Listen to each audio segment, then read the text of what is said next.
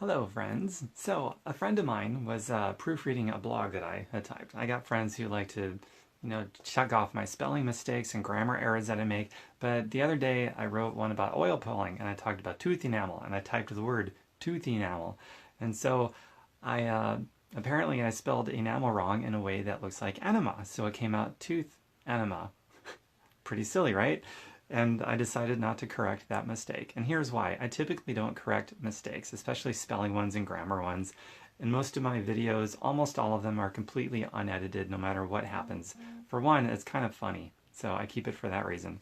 But the other reason, and the bigger reason why I keep my mistakes usually, is because I want you to look at the content that I put out there, and I want you to say to yourself something along the lines of, wow, if that dipshit dumbass spelling bee nightmare can build a business from home successfully enough to where he doesn't need a job anymore and he gets to travel and do what he wants with his time and talk about it on Facebook, I should be able to do this. So that's why I keep them point blank, honest to God truth, and it's funny. So there you have it. And if you're curious about that, well, you know how to reach me privately. I'll see you guys later. Bye for now.